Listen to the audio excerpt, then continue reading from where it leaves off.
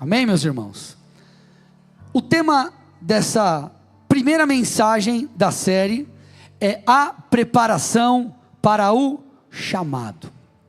Então nós vamos trabalhar hoje aqui uma jornada, ou sobre a jornada que nós devemos percorrer até que Deus nos levante e cumpra as promessas, até que Deus cumpra em nós a plenitude daquilo que Ele nos chamou para fazer, seja dentro da igreja ou fora da igreja.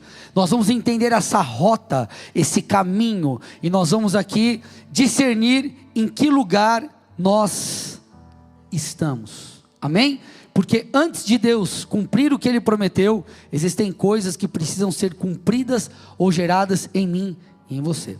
E o texto base para essa noite, nós vamos falar exaustivamente sobre ele, é Isaías capítulo 6, você vai ler comigo aí dos versículos 1 ao 8,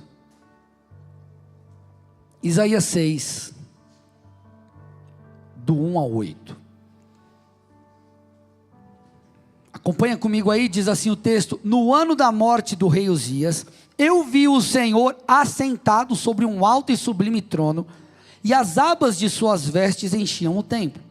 Serafins estavam por cima dele, cada um tinha 6 asas, com 2 cobria o rosto, e com 2 cobria os pés, e com 2 voava, e clamavam uns para os outros, dizendo: Santo, Santo, Santo é o Senhor dos exércitos, toda a terra está cheia da sua glória. Versículo 4, os umbrais das portas se moveram com a voz do que clamava, e o templo se encheu de fumaça. Então eu disse: ai de mim, Isaías afirmando, estou perdido, porque sou um homem de lábios impuros, e habito no meio de um povo de lábios impuros, e os meus olhos viram o rei, o Senhor dos exércitos. Versículo 6, então um dos serafins voou para mim, trazendo na mão uma brasa viva que havia tirado do altar com uma pinça. Com a brasa tocou a minha boca e disse: eis que esta brasa tocou os seus lábios, a sua iniquidade foi tirada e o seu pecado perdoado. Depois disto, ouvi a voz do Senhor que dizia: a quem enviarei e quem há de ir por nós? Eu respondi: eis-me aqui, envia-me a mim. Então, meus irmãos, esse é um texto muito conhecido sobre o chamado de Isaías, e a visão, a experiência que nós acabamos de ler marca a vida desse profeta e o desperta para o seu chamado, para a atividade profética que Isaías tinha. Só que o que chama muito a minha atenção nesse texto é a maneira que ele está estruturado. Você vê um caminho, você vê uma rota, você vê blocos nesse texto aqui.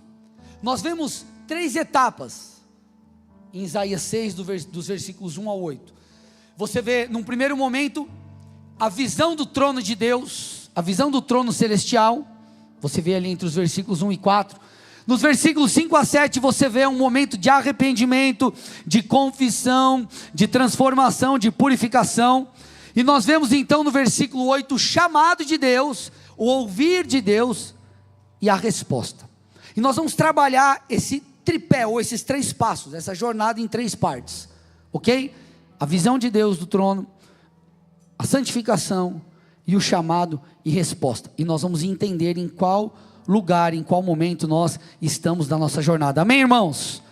Então vamos começar do primeiro momento, ou do primeiro tópico, a visão do trono de Deus. Quando nós falamos, gente, sobre chamado, quando nós falamos sobre ministério, chamado, o ponto básico e primordial é: nós precisamos antes de fazer, conhecer quem nos chamou.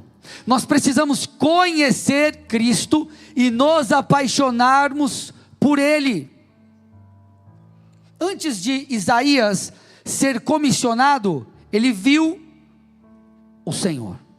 E assim deve ser conosco. Antes de nós irmos, nós precisamos vê-lo. Moisés, você bem sabe aquela história da sarça. Moisés tem um encontro com Deus na sarça, e por mais que ali seja também um comissionamento do chamado dele, ok? De ele ir e ser o libertador de Israel. Ele começa naquela visão, naquela experiência, tendo um encontro com Deus. Deixa eu falar algo para vocês aqui. Vocês sabiam que nós não trabalhamos para Deus? Como assim, pastor? Nós não trabalhamos para Deus. Pastor, como assim? Eu estou lá fora exercendo meu chamado, eu estou aqui em um ministério, estou servindo a Deus, estou trabalhando para Deus, pastor. Nós não temos que trabalhar para Deus, nós trabalhamos com Deus. É totalmente diferente trabalhar para Deus do que trabalhar com Deus. Não basta você fazer coisas para Deus, você precisa conhecer Deus, você precisa andar com Deus, porque antes do chamado vem o próprio Deus. Vocês sabiam que eu amo aqui estar com vocês, amém ou não? Eu amo estar com vocês. Esse é o meu chamado, é o que Deus me chamou para fazer. Mas, mais do que estar aqui, eu amo estar com Deus. Isso aqui para mim, precisa ser a extensão do que eu vivo lá. Eu posso viver sem isso, mas sem aquilo não. Então antes do chamado, eu preciso conhecer Deus.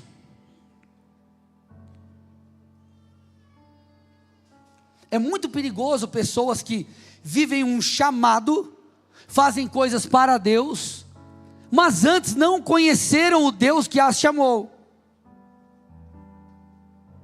Porque pessoas que olham e talvez digam assim: puxa pastor, eu sei que eu tenho um dom, e eu posso agregar a causa de Cristo, dentro ou fora da igreja, eu posso agregar, mas ela não teve um encontro com Deus, ela pode buscar as coisas de maneira equivocada. Como assim, pastor? Elas podem se apaixonar mais pelos resultados do chamado, pelos aplausos, do que pelo próprio Deus. E isso é muito perigoso. Aqueles que exercem, falando da igreja local, ministério, igreja local, podem enxergar o ministério como um trabalho, entre aspas, e não como uma adoração. Podem enxergar o palco, ou melhor, o altar como palco. Quando você enfrentar situações adversas, que talvez te machucam, o que você vai fazer? Você abandona o que Deus te pediu para fazer. Por quê? Porque você está mais preocupado consigo. Agora, quando eu entendo que a ordem muda, eu não faço isso porque eu tenho um dom e posso ajudar. Eu faço isso porque eu vi Deus, e as minhas mãos é simplesmente fruto daquilo que eu experimentei com Ele. Deus está falando com alguém aí ou não? Então deixa eu te falar uma coisa aqui, ó. O chamado não nasce de um dom, ele nasce da presença. Eu vou repetir. O chamado não nasce do dom, da característica, ele nasce da e na presença. Eu já vi um pastor amigo, músico, tocava na igreja, dom, se tornou, como eu acabei de dizer, um pastor. Então não é porque eu tenho um dom, na verdade é porque eu vi o Senhor e eu faço o que Ele me pede. Então o chamado, ele parte do desejo de honrar a Cristo, parte do desejo de ser semelhante a Cristo. Por quê, pastor? Porque Cristo serviu, Cristo amou. Então o que ele fez? O que nós fazemos, melhor dizendo? Fazemos o mesmo. Pedro, você me ama? Amo. Apacenta as minhas ovelhas. Amém, gente? Então nós não, primeiro ponto que você precisa entender, e esse é o mais curtinho aqui, nós não trabalhamos para Deus, nós trabalhamos com Deus.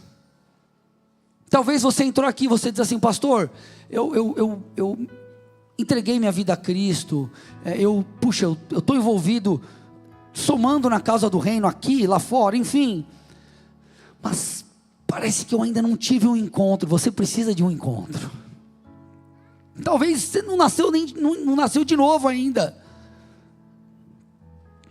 Nós não trabalhamos para Deus, nós trabalhamos com Deus. Escute o que eu estou te dizendo, isso é simples, mas é um fundamento extremamente necessário. Então, antes de Deus completar aquilo que Ele tem para fazer na sua vida, você precisa se apaixonar por Cristo. Ele é o primeiro, é por Ele, é por causa dEle, é para Ele. Paulo só pode dizer, é por Ele, para Ele, porque Paulo viu o Cristo ressurreto, teve uma experiência. Moisés viu o Senhor na sarça. Então nós precisamos, antes de fazer algo para Deus, nos apaixonar por Deus. Amém, amados? Pressuposto básico, Isaías viu, e você precisa ver. Talvez você está desanimado, porque você parou de ver. Você está apoiado no seu dom, e Deus quer que você se apoie nele. O fruto é porque nós estamos conectados à videira verdadeira, que é Cristo. Tudo bem, irmãos? Primeira etapa, ok? Estamos juntos aqui? Segunda etapa, essa é uma etapa crucial na preparação do chamado. A primeira é, você precisa ver Deus, você precisa se apaixonar por Deus. Ele precisa ser o primeiro, Ele precisa ser o motivo, Ele precisa ser a razão, é Ele que precisa ser o combustível daquilo que você faz, é Ele. Segunda questão importante que nós vemos no texto de Isaías, aqui na preparação para o chamado, uma fase, um período, uma etapa de arrependimento, confissão e purificação. Sem isso, nós não poderemos cumprir com aquilo que Deus nos pede. Sem isso, é impossível exercermos plenamente o que o Senhor espera de nós.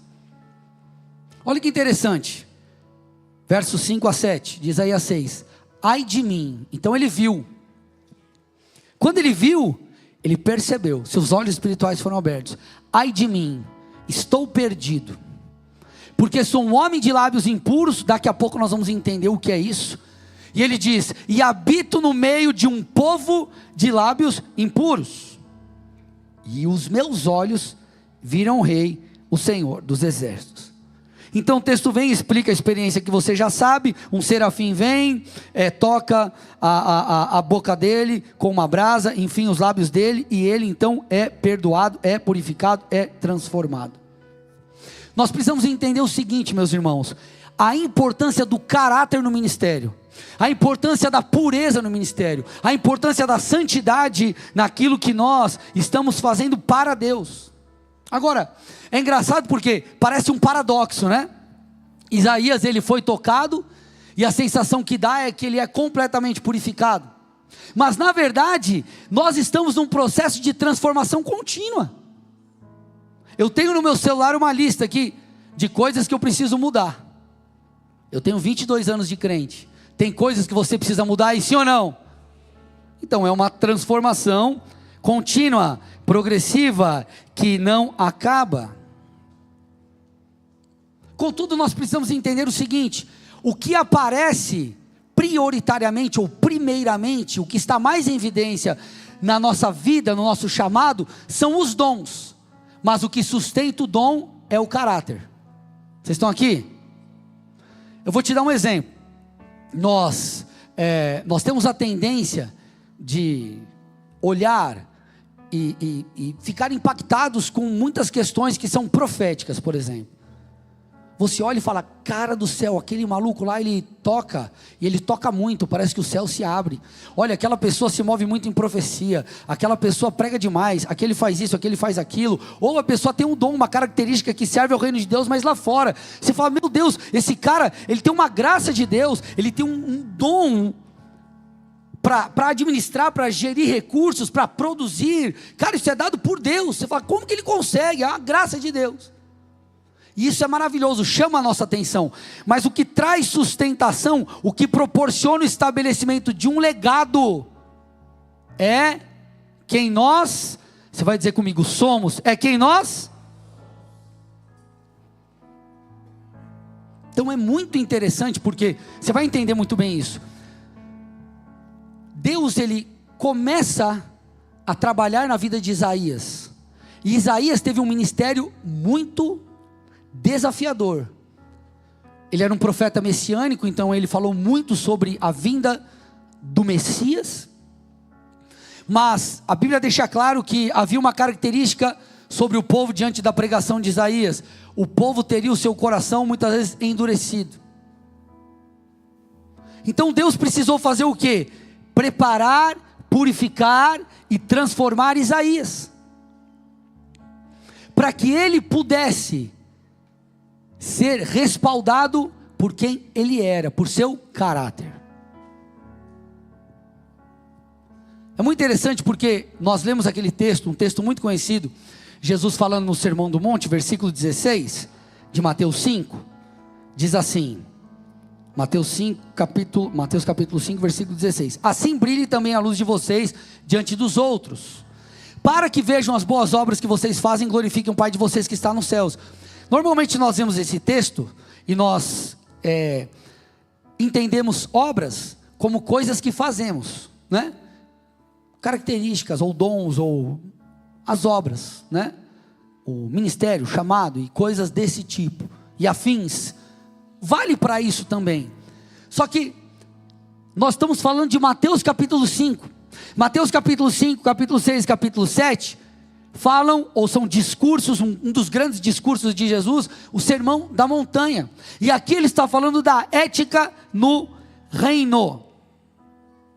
Então o que o Senhor está dizendo é, as pessoas precisam olhar para você, e ver uma conduta, um comportamento diferente. Eu já vi, vou tocar em pontos delicados aqui, posso, irmãos? Amém ou não?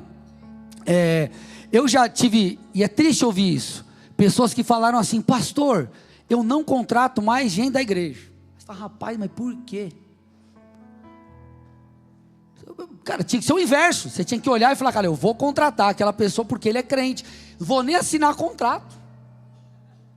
Deveria ser assim, sim ou não? E claro, muitas pessoas estão num processo de transformação, estão num processo de mudança, está tudo bem com isso, mas a reflexão é, será que o nosso comportamento está de acordo com a fé que nós vivemos? Então repete comigo, o que sustenta o meu chamado é o caráter. Por isso que Jesus, naquele também famoso, né? Você fala famoso, texto de Jesus, todos são famosos, né? O que Jesus falou é sensacional. Mas Mateus capítulo 7, gente, 21 a 23 diz assim, nem todo que me diz Senhor, Senhor, entrará no reino dos céus, mas aquele que faz a vontade de meu Pai que está nos céus. Olha que interessante, fala, mas vive algo diferente, é o mesmo contexto do que acontecia com o povo de Isaías, e nós vamos aprender sobre isso. 22, muitos naquele dia vão me dizer, Senhor, eu não profetizei em seu nome? Dons, habilidades, expulsei demônios, poder, não fiz muitos milagres? E aí Jesus disse claramente, eu nunca conheci vocês. Então olha as características aqui, eu nunca conheci, você nunca se abriu, você nunca me viu, você nunca me amou, você nunca se aproximou de mim verdadeiramente.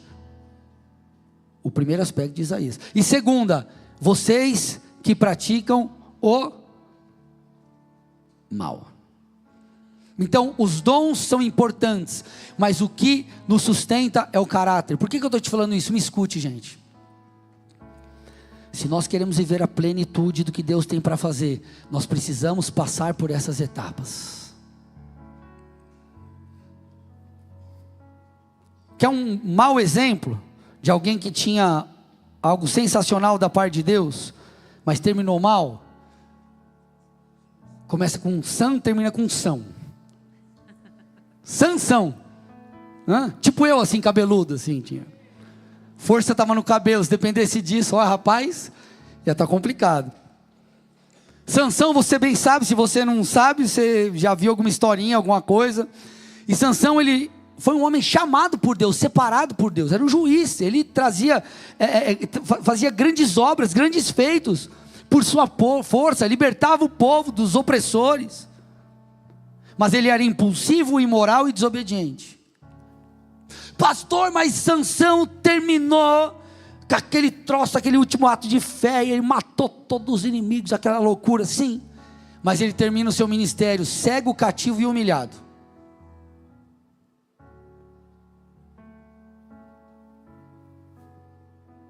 Quem está aqui respira fundo. Quer um outro exemplo? Começa com Sa e termina com U. Saul. Saul é um outro exemplo. Alguém escolhido por Deus, ungido por Samuel, recebeu autoridade, mas por sua desobediência deliberada perdeu o reino, foi atormentado por um espírito maligno e terminou o seu reinado derrotado. Pastor, você só está falando de Antigo Testamento, eu quero saber do Novo. Vamos lá, Novo. Começa com Ju, termina com Das. Judas. Olha que interessante, acho que você nunca pensou nisso. Você sabia que Judas foi comissionado e recebeu autoridade para expulsar demônios e curar? Está lá em Mateus 10:1. Porém, quando você vai dar um nome para o seu filho, você nunca escolhe Judas. Você já parou para pensar nisso? Como você chama Judas?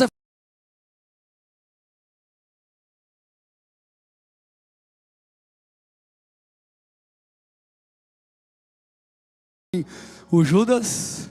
Imagina um juiz. Qual que é seu nome? Judas. Vai falar, rapaz, esse aí vai acabar com o jogo. Por que você não dá o nome do filho de Judas? Porque Judas foi Judas, pastor. Roubava a bolsa do dinheiro, pastor. Traiu Jesus, mesmo participando dos milagres. Pastor, mas só exemplo ruim, tem exemplo bom? Tem muitos exemplos bons. José é um ótimo exemplo. José do Egito, aquele que estava apenas abaixo de Faraó em autoridade. José foi alguém vendido pelos irmãos, alguém que resistiu à tentação de Potifona, a mulher de Potifar, tá bom? Da Potifona. Ele passou anos esquecido na prisão, mas permaneceu íntegro, humilde e perdoador. O caráter de José foi forjado na dor. Na dor. Quer mais um exemplo bom? Daniel. O Daniel que foi levado, que era um nobre de Judá, foi levado cativo na Babilônia. O Daniel que recebeu sabedoria, que interpretava sonhos. O Daniel que tinha um espírito excelente. Daniel não se contaminou com a iguaria do rei. Ele orava 3 vezes ao dia, mesmo sob ameaça de morte. Seus inimigos não conseguiram encontrar nele falhas. Está lá em Daniel capítulo 6, versículo 4. Então o que eles fizeram? Eles fizeram uma articulação com o rei, para o rei assinar um decreto, prejudicando então Daniel. Daniel não negociou a sua santidade mesmo em uma cultura pagã. Sabe o que eu estou tentando te dizer? Que o chamado diz primariamente, não sobre aquilo que você faz, mas sobre quem você é. Quem está aqui comigo ainda fala amém, pastor. Fala assim, eu estou. Amém. Por isso é necessário arrependimento. E escute, irmãos, isso é progressivo, é contínuo. Tem coisas que você percebeu que você precisa mudar agora, melhorar agora, e talvez você não percebeu antes. E assim será. Eu espero que daqui a 1 ano você olhe e fale, pastor, tem coisas que eu preciso melhorar na minha vida, dentro de casa, no ministério, nos negócios, porque eu quero me tornar alguém mais parecido com Jesus, e isso nunca acaba, amém ou não? Só que algo é muito característico aqui na visão de Isaías. Quando Isaías vê o trono, ele tem um discernimento, ou ele percebe que ele e o povo e ele, tinham lábios impuros. Eu fui pesquisar isso, eu falei, que trem é exatamente lábios impuros? Porque aí você pode, talvez, fazer uma aplicação prática aqui de alguma coisa. Eu falei, puxa, mas o que é isso que prejudicou, isso que Deus precisou mostrar a Davi, a Isaías? Que Deus precisou mostrar a ele sobre si mesmo e sobre o povo, que estava afetando tanto a nação, porque isso mexia com Deus, ou mexia com o Senhor, e o Senhor fez ele ver, você e o povo têm lábios impuros. O que é esse tal de lábios impuros que prejudicava o chamado de Isaías? Que Isaías precisava mover, transformar, reformar, para que ele pudesse viver o que Deus tinha. O que eram lábios impuros? Existem de 3 a 4 interpretações, e eu quero falar sobre 2 aqui, 2 ou 3. A primeira é a adoração vazia. Eu quero rapidamente passar sobre esse ponto para a gente entrar no outro. A adoração vazia. Então, o povo estava acostumado com os rituais, o povo estava acostumado com esse sistema litúrgico, o povo estava acostumado com falar, ir ao templo, fazer orações, cantar louvores, mas eles honravam Deus com os lábios, mas o seu coração estava distante dele. Então era uma religião, uma religiosidade ou uma espiritualidade vazia. E Deus confronta o povo por isso. O seu lábio, os seus lábios, a sua boca comunicam o que teu coração não deseja. Por isso que você conhece aquele famoso texto de Isaías 29:13. Isaías, olha aí, Isaías 29:13.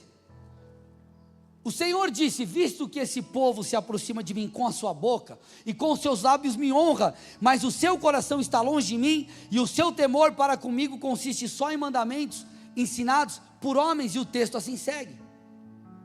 Então o que ele está dizendo é, Isaías, você percebeu que a sua adoração tem sido vazia, os seus pecados revelam isso, a forma que o povo vivia revela isso, e Deus estava falando, ei povo meu, povo, nação judaica, e nós, igreja, corpo de Cristo, fomos chamados para iluminar, temos um chamado, e não é possível estendermos, ou vivermos totalmente isso, sem olharmos para essas questões.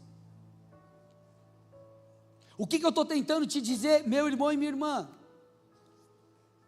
Existem coisas que precisam ser removidas na nossa vida, e talvez coisas que você só percebeu agora, Deus está nos chamando para lidar com isso. Amém ou não?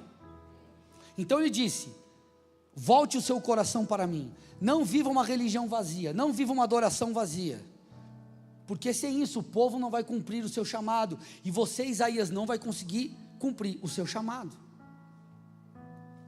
Então, o que mais significa esse lábios impuros? E eu vou tocar num ponto sensível, muito sensível agora.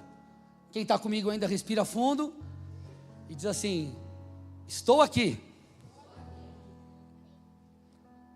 O que significa lábios impuros? Quando você percebe no livro de Isaías, no grande livro do profeta Isaías, eles usavam a sua boca, o povo usava a boca para mentir e enganar, eles não falavam a verdade, eles escondiam os seus erros. Havia toda uma questão aqui também do auxílio com os necessitados, havia desculpas e uma manipulação para com o povo. Isaías, ele é muito firme, porque isso faz, ou o texto mostra, o livro de Isaías mostra, que os juízes faziam isso, os líderes faziam isso. Por isso que o versículo 3 de Isaías 59 diz, põe para mim aí, Isaías 59:3, acho que esse daí não estava aí não, peguei você no pulo. Isaías 59:3, olha lá, a parte B do texto, os seus lábios falam mentiras, e a sua língua profere, na NVI está palavras ímpias, na NAA que está profere maldade. Essa palavra aqui no hebraico, ela traz a ideia de palavras que distorcem a verdade, engano, falsidade. Perceba. O que Isaías estava denunciando era mentiras conscientes, enganos, manipulações intencionais, palavras injustas, o que nós poderíamos chamar, numa linguagem do bom português, fofoca, difamação e maledicência. A Bíblia está falando sobre isso, irmãos. A Bíblia está falando sobre isso. Esse era um dos problemas dos lábios impuros. E Isaías percebe isso, porque nós vemos aqui ao longo do livro de Isaías, eu estou citando Isaías 59:3, Isaías 29:13, uma adoração vazia, uma prática pecaminosa, e esses são pecados silenciosos que nos afastam de Deus. Nós achamos que não. Os pecados silenciosos, ou os pecados mascarados, eles nos impedem de enxergar isso. Então, olha que interessante, nós estamos falando de qual livro? Isaías. Nós vemos aqui, adoração vazia, engano, maledicência, esse tipo de coisa, ok? Acabamos de ler aí, 59:3. Se você voltar para o 2, Isaías 59:2, um versículo. Mas as iniquidades de vocês fazem separação entre vocês e o seu Deus. Os pecados que vocês cometem o levam a esconder o seu rosto de vocês, para não ouvir os seus pedidos. Então ele estava falando assim: Isaías, eu te chamei, Isaías, mas você precisa purificar a sua boca. Quem está aqui?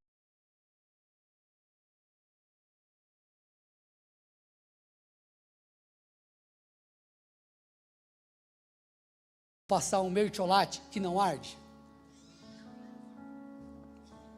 Vamos conversar sobre o assunto aqui? Vocês me permitem ou não? Porque quem é da época que o mertiolate ardia?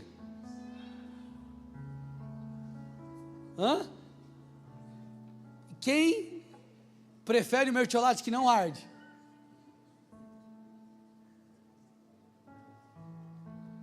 A gente precisa entender essas questões, porque a condição do povo, onde o povo chegou, e é muito interessante porque os profetas, gente, escuta aqui, vou te dar uma dica de interpretação bíblica.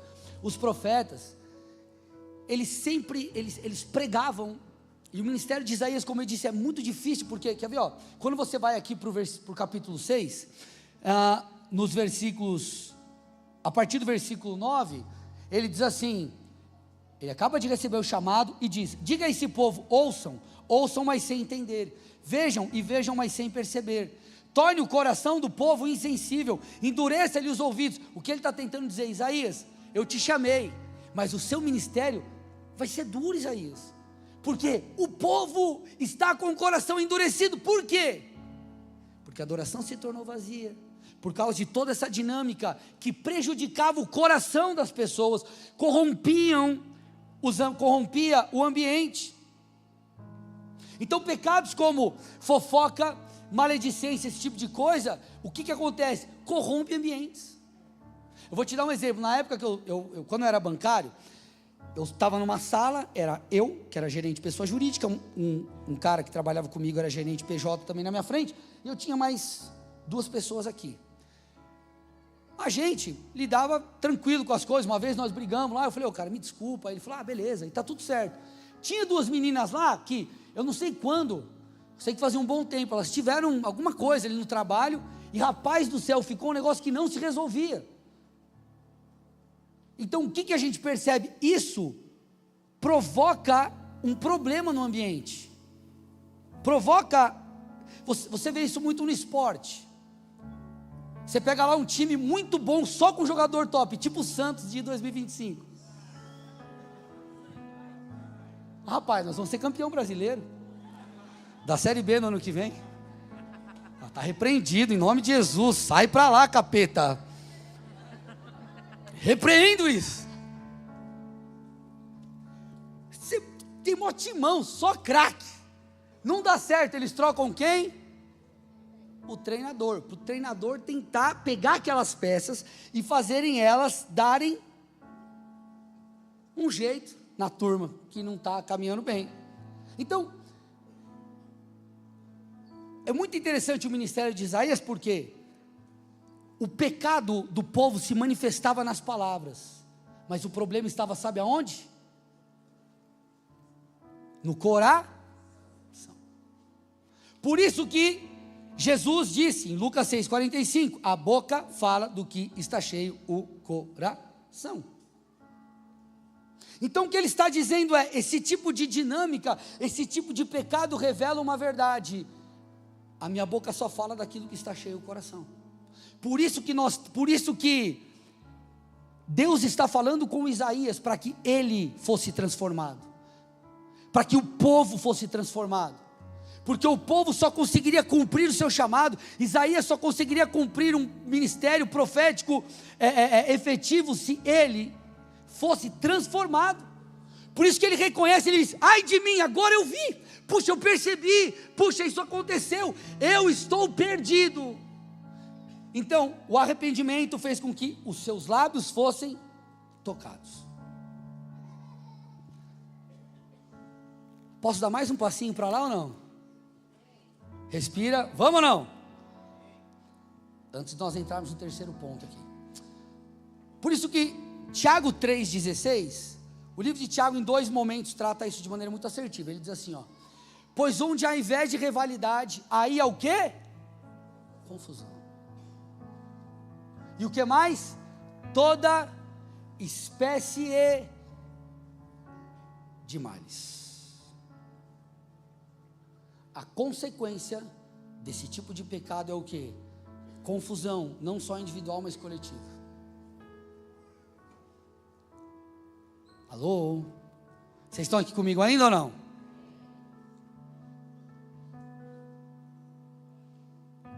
Então nós precisamos olhar para o Senhor e falar, Senhor, eu estou entendendo, porque a minha transformação é progressiva, eu preciso melhorar em algumas coisas.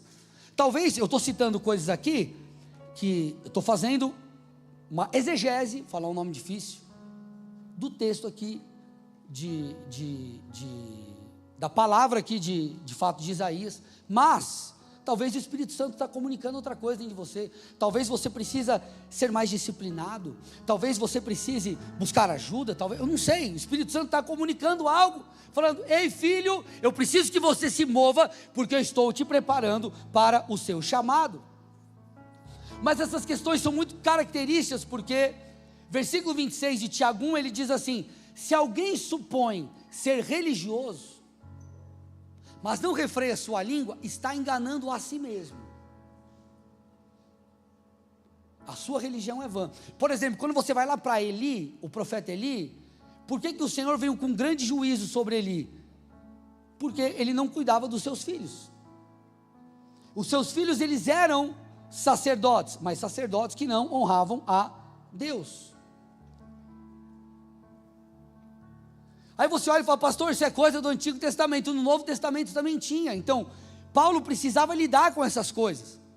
Tanto é que quando Paulo escreve para Timóteo, ele escreve algumas orientações para lidar com os desafios que aconteciam na igreja. Por exemplo, por que os diáconos foram estabelecidos?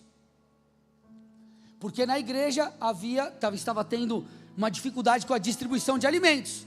Então eles falaram, olha, nós vamos nos ocupar com o ministério da palavra e com a oração, e os diáconos serão estabelecidos, para cuidar de todas essas coisas. Só que é muito interessante, porque quando Paulo está ensinando Timóteo, ele diz o seguinte, ele está falando sobre as viúvas, tudo bem? As viúvas que, algumas tinham família, e a Bíblia diz que eles deveriam ser sustentados pela sua família, outros não tinham e precisavam de fato do cuidado da igreja. Só que ele explica algo muito interessante e nos ensina um princípio. Ele diz assim, além do mais, elas aprendem também a viver ociosas, andando de casa em casa.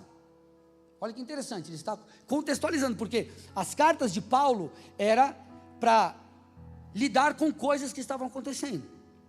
Então ele explica para Timóteo, as viúvas aí, presta atenção, porque elas estão andando ociosas, e elas estão andando de casa em casa, e não somente ficam ociosas, ele está dizendo, as viúvas, você precisa dar um jeito aí, Paulo, Ô Timóteo, porque a coisa está meio complicada, porque elas não apenas estão ociosas, mas elas estão se tornando fofoqueiras, intrometidas, falando o que não devem. Agora, olha que interessante, elas andavam de casa em casa, para edificar ou não? Sim ou não? Não. Mas quando nós vamos para Atos 2,46, a Bíblia diz que a igreja primitiva, eles iam de casa em casa, partiam o pão, oravam, ou seja, havia edificação. Então o que Paulo está dizendo mais ou menos é o seguinte: ei, o ir de casa em casa precisa ser para que haja transformação e edificação, e não outras coisas. E é muito legal, põe de novo o texto para mim, porque, pastor, não está na Bíblia aquela frase, cabeça vazia, oficina do diabo? Não está na Bíblia, mas o texto fala mais ou menos isso, ó. Elas ficavam ociosas, e isso fez com que elas cometessem um erro. O que eu estou tentando te dizer, meus irmãos? Dica de ouro para você, dica de ouro para fazer. Pastor, eu quero me livrar de um problema, sabe o que você faz? Arruma outro. Brincadeiras à parte, que eu estou tentando te dizer, irmãos, foca em coisas que vão, claro que você tem que lidar com os problemas, está tudo certo, mas o que eu estou querendo te dizer, às vezes, a gente precisa se ocupar mais. Quem está aqui comigo? Vocês estão me entendendo? Então, todas essas coisas que nós estamos vendo no Novo Testamento, é um eco daquilo que nós já víamos no povo de Deus. E por que Paulo está tratando aqui com Timóteo? Paulo trata aos romanos, Paulo escreve a Tito, Jesus traz diversos princípios éticos do reino, nós vemos no Antigo Testamento. Por quê? Porque todas essas coisas nos atrapalham como tantas outras. Talvez você diga assim: pastor, mas um grande problema que alguém tem um chamado é um problema com dinheiro, ou é um problema de ordem sexual, o que quer que seja. Ei, escute, isso aqui prejudica tanto quanto qualquer outras coisas, e nós precisamos voltar os nossos olhos para essas coisas.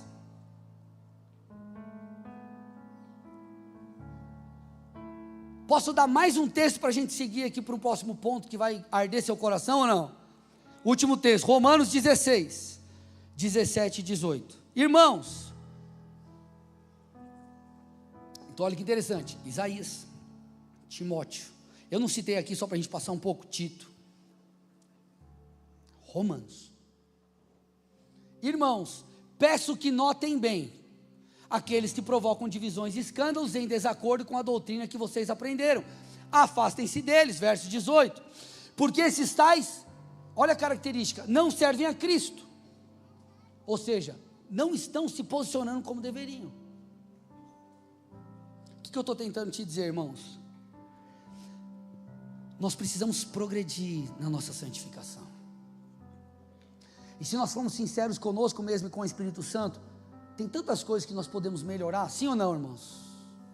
Tem tantas coisas. Eu digo por mim, eu falei para vocês, eu tenho anotado 3 coisas, mas eu tenho certeza que daqui a um tempo Deus vai mostrar mais alguma, e eu não gostaria. Isso dói, porque você fala assim: rapaz, eu queria estar melhor. Então nós precisamos progredir em santificação, porque este foi um exemplo, ou uma das causas que fez com que Deus trouxesse a mensagem de Isaías para o povo.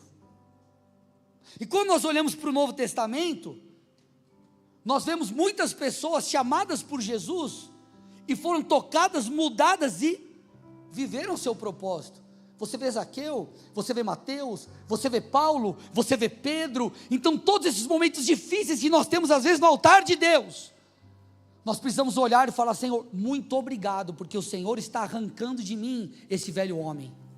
O Senhor está me transformando, limpando as minhas mãos, limpando o meu coração, mudando a minha conduta. Eu quero ser alguém mais parecido com Jesus. E isso é progressivo. Agora, olha que incrível. Isaías viu. Isaías agora, no segundo momento, ele é confrontado. E ele repara: ei, eu vi o meu pecado. Eu vi o pecado do povo, eu vi a adoração vazia, eu vi toda essa confusão. Lábios impuros também comunica a rebelião que eles tinham contra Deus, porque quando você olha no livro de Isaías, eles se rebelavam contra Deus no sentido de, eu não preciso de Deus, eu sou autossuficiente. Então, algumas coisas comunicam isso. E aí nós chegamos no terceiro ponto, que é o chamado efetivo. Nós vemos Deus, nós somos tocados, e então nós ouvimos. Versículo 8 de Isaías 6. Depois disso, olha aqui, gente. Depois disso o quê? Depois que eu fui purificado, depois que eu fui tratado, depois que eu fui limpo, eu ouvi. Talvez nós não estejamos ouvindo porque nós precisamos de limpeza. Deus está falando com alguém ou não? Depois disso eu ouvi. A quem enviarei, Isaías? Ei, Isaías, você entendeu? Ei, Isaías, você me viu? Ei, Isaías, você se arrependeu. Agora eu quero te enviar. É claro que Deus vai usar as nossas características, ok? O nosso dom. Mas nós precisamos ouvir. Muitas vezes, vou te dar um exemplo. Eu na época da faculdade, eu chegava mais cedo do trabalho, saía do trabalho correndo, ia para a faculdade, eu sentava com os meus amigos para revisar um material da prova. E eu gostava, por exemplo, estava o Ender lá comigo, a gente trocava ideia da matéria, e eu gostava de compartilhar aquilo que eu aprendi. Passou um bom tempo, o Senhor falou comigo, você percebeu que essa é uma característica que eu depositei em você, e você usa para o reino? Explicar, ensinar, isso faz parte do meu chamado. Só que existem momentos onde Deus nos desperta.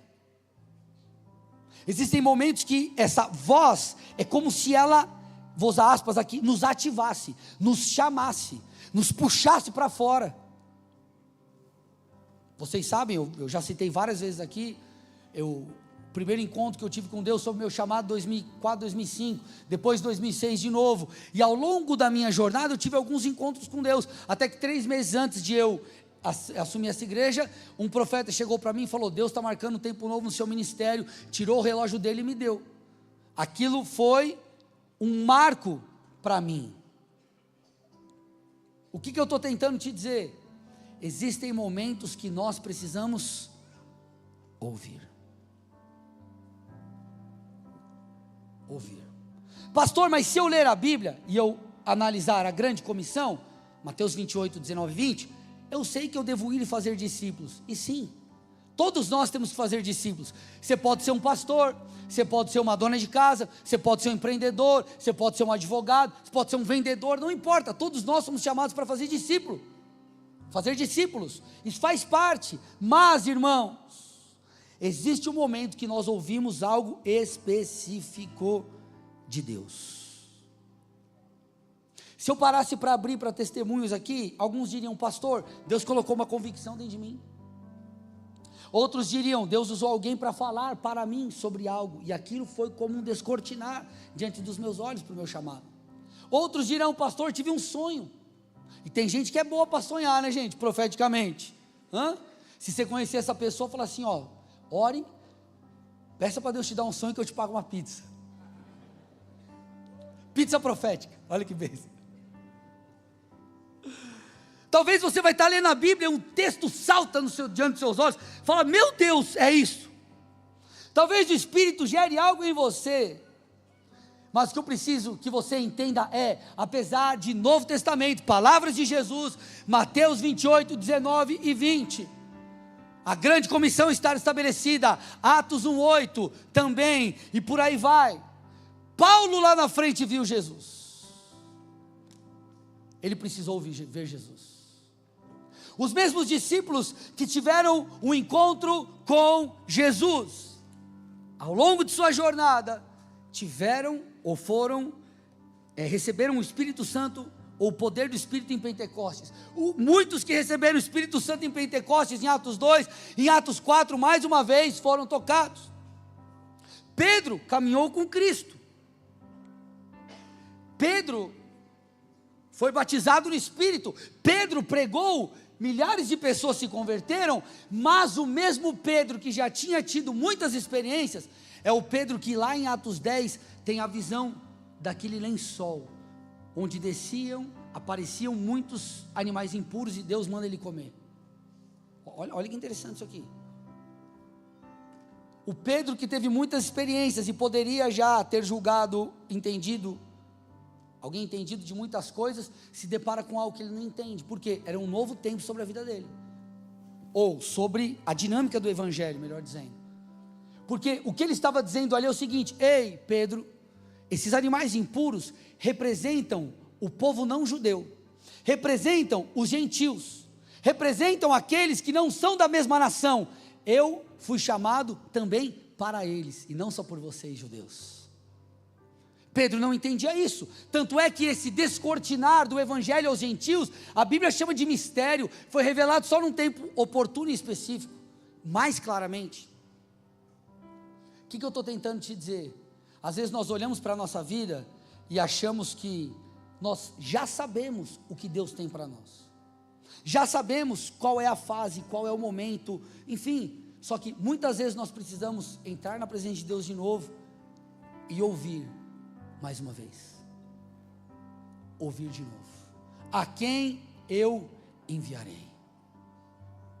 E talvez você entre de novo numa espécie de ciclo.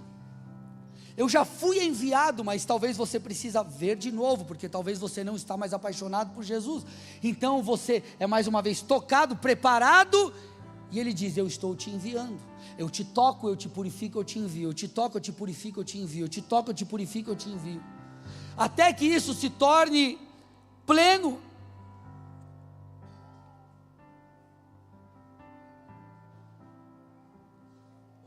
Posso te provar esse conceito com mais uma coisa e a gente segue para a gente adorar aqui, amém ou não?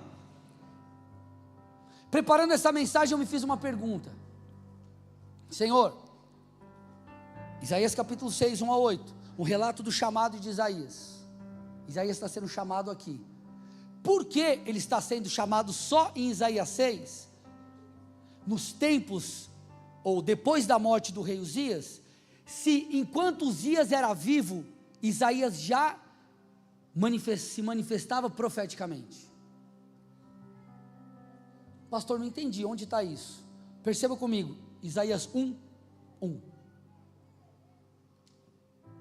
Visão de Isaías, filho de Amós, que Isaías, filho de Amós, teve a respeito de Judá e Jerusalém, nos dias de quem? Uzias, Jotão, Acás e Ezequias, reis de Judá. Isaías 6 parece que ali ele está sendo comissionado, mas como ele está sendo comissionado depois da morte do rei, se ele já era um profeta, já agia profeticamente no capítulo 1?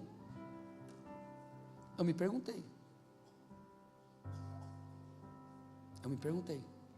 Sabe o que Isaías 6 mostra? Existem outros argumentos, mas um ótimo argumento é, aqui Isaías viveu um ponto de virada em seu ministério e em sua vida. Por mais que Isaías já se movesse como um profeta, no capítulo 1, nos tempos de Uzias, depois da morte do rei, ele tem uma nova experiência.